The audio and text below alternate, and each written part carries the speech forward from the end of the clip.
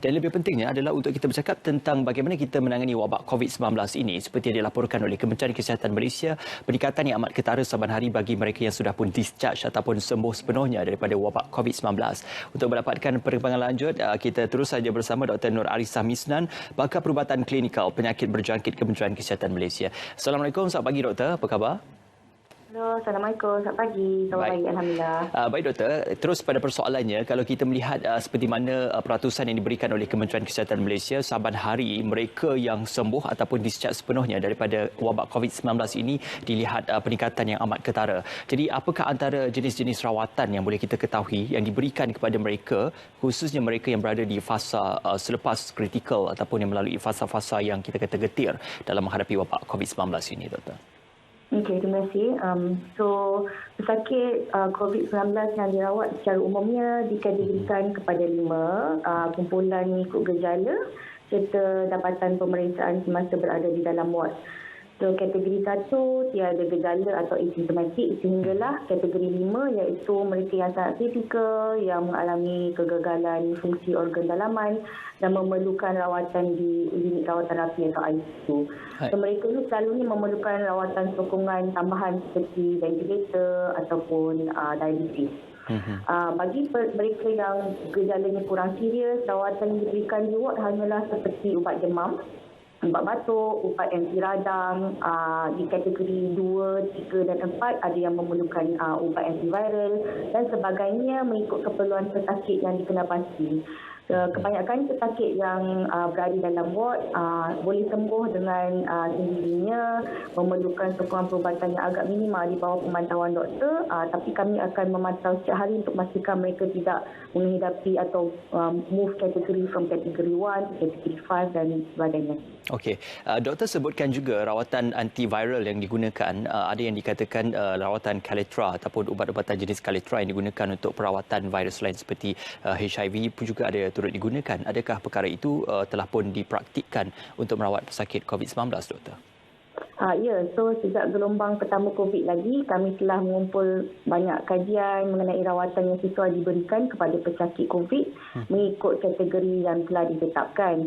Antara ubat-ubat yang kami gunakan adalah seperti ubat malaria, ubat antiviral. Ubat-ubat ini pernah digunakan suatu ketika dahulu untuk merawat pandemik seperti SARS dan MERS-CoV.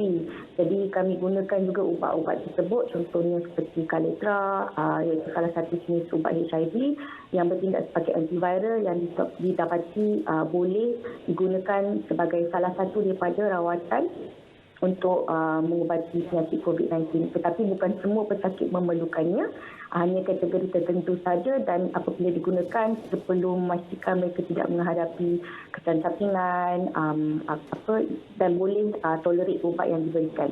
Okey. Doktor, ada juga dicadangkan oleh FDA untuk kita pakai ubat hydroxychloroquine atau azithromycin yang digunakan untuk malaria dan juga beberapa penyakit-penyakit berjangkit yang lain. Jadi adakah untuk perawatan seperti itu sesuai dan juga struktur rawatannya itu boleh diaplikasikan kepada pesakit-pesakit COVID-19, doktor? Ya, sehingga hari ini tiada ubat yang terbukti 100% berkesan untuk merawat COVID-19. Kajian juga masih dijalankan menggunakan ubat yang sedia ada seperti hydroxychloroquine, chloroquine, azithromycin.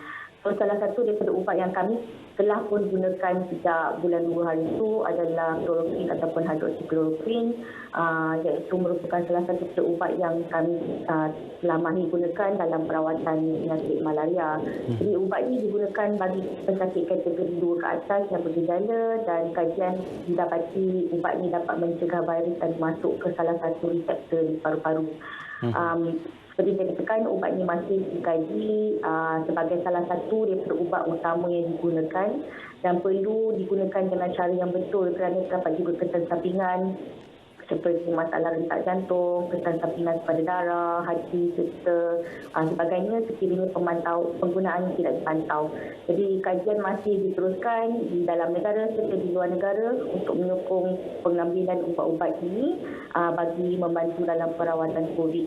Apa-apa pun rawatan yang kita perlu lakukan perlulah disyorkan oleh doktor pakar dan mengikut garis panduan rawatan seperti yang dikeluarkan oleh WHO ataupun Kementerian Kesihatan Malaysia. Okey. Doktor, ada juga yang menimbulkan persoalan mengenai sekiranya seseorang pesakit itu dijangkiti COVID-19 tetapi tidak menunjukkan simptom-simptom yang ketara dan dikuarantin di rumah dalam tempoh 2 atau 3 minggu. Jadi adakah dalam hal ini wabak COVID-19 itu boleh sembuh sepenuhnya daripada pesakit itu tanpa perlu mendapatkan rawatan lanjut daripada pihak hospital ataupun di pusat-pusat kesihatan, doktor? Buat masa ni, semua pesakit COVID yang confirm positif memang dimasukkan ke hospital untuk pemantauan. Baik. Kita tidak tahu siapa yang akan mula-mula asimptomatik atau tiada gejala dan kemudian mempunyai gejala. Mengikut apa yang kami lakukan di Hospital Sungai Buloh, apabila kami masukkan mereka ke ward, kami boleh pantau setiap hari dan lakukan ujian darah serta X-ray. Kami dapati kebanyakannya boleh sembuh dengan sendirinya, tetapi sebahagian memerlukan sedikit rawatan sokongan untuk mencegah mereka daripada pergi ke kategori yang lebih kritikal. Jadi buat masa ini kami mengesyorkan semua pesakit yang positif dimasukkan ke hospital untuk pemantauan dan lebih baik mereka berada di hospital daripada datang di saat terakhir dan terus masuk ke ICU. Jadi itu lebih teruk lah. Jadi kami memang akan masukkan mereka semasa mereka tidak bergejala dan kemudian memantau dengan rapi. Sekiranya mereka boleh sembuh dengan sendirinya, kami akan lakukan swab untuk pastikan mereka negatif sebelum kita benarkan pulang ke rumah. Okey.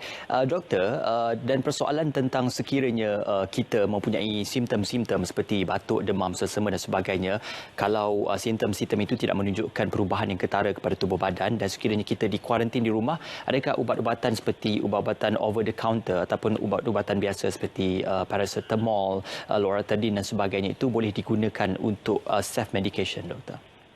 Okey, so penyakit virus respiratory illness ni ada simptom-simptomnya lebih kurang sama saja.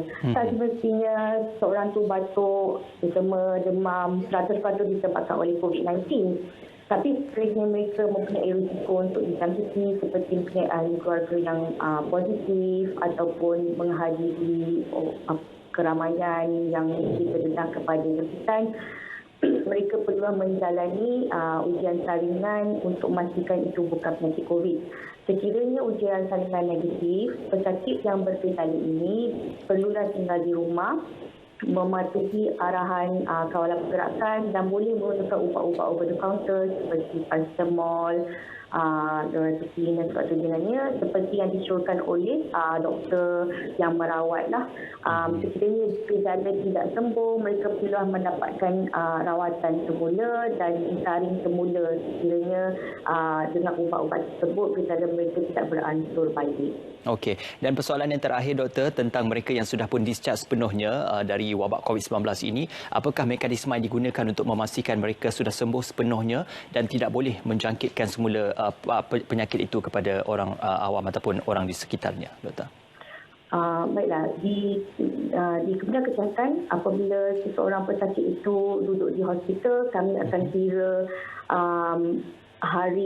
berapa hari mereka berada di hospital daripada tempoh gejala dan memastikan mereka tidak bergejala sekurang-kurangnya 3-4 hari sebelum kami melakukan ujian swab susulan untuk memastikan mereka negatif.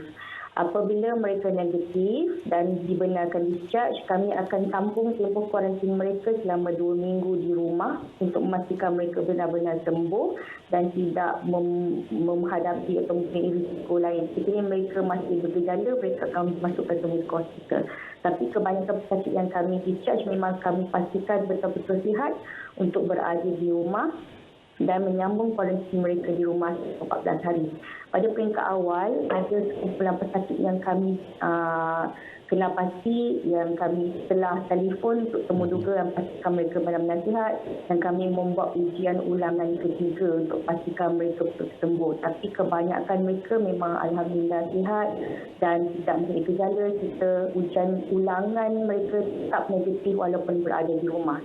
Jadi ikutilah arahan yang telah dikeluarkan oleh doktor semasa pesakit-pesakit telah sembuh dan dibenarkan discharge ke rumah untuk pastikan tahap kesihatan mereka sentiasa terpelihara.